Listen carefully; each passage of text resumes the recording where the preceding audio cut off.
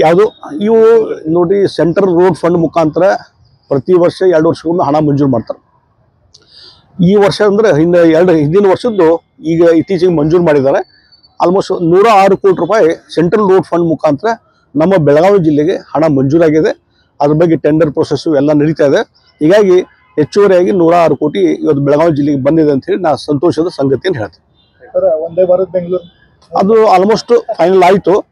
ಈಗ ನಾನು ಅಶ್ವಿನಿ ಅವ್ರ ಜೊತೆ ಮೊನ್ನೆ ಪ್ರಹ್ಲಾದ್ ಜೋಶಿ ನಾವೆಲ್ಲ ಕುಂತು ಒಂದು ಸಭೆಯನ್ನು ನಾವು ಮಾಡಿದ ಮೇಲೆ ಒಂದು ಸ್ವಲ್ಪ ಟೈಮಿಂಗ್ ಚೇಂಜ್ ಮಾಡಿ ಅದನ್ನು ಅಲ್ಲಿ ವಂದೇ ಭಾರತ ಧಾರವಾಡದಿಂದ ಬೆಳಗಾವಿವರೆಗೂ ವಿಸ್ತರಣೆ ಮಾಡುವಂಥದ್ದಕ್ಕೆ ಟೆಂಟೇಟಿವ್ಲಿ ಒಪ್ಕೊಂಡಿದ್ದಾರೆ. ಅದಕ್ಕೆ ಇಲ್ಲೇನೋ ಒಂದು ಬೆಳಗಾವಿಯಲ್ಲಿ ಆ ಮೇಂಟೆನೆನ್ಸ್ ಸಲುವಾಗಿ ಒಂದಿಷ್ಟು ಕೆಲಸ ಮಾಡಬೇಕಾಗಿದೆ. ಅದು ಪ್ರೊಸೆಸ್ ನಡೀತಾ ಇದೆ. ಅದಾದಮೇಲೆ ಒಂದು ಡೇಟ್ ಫಿಕ್ಸ್ ಮಾಡ್ತಾರೆ.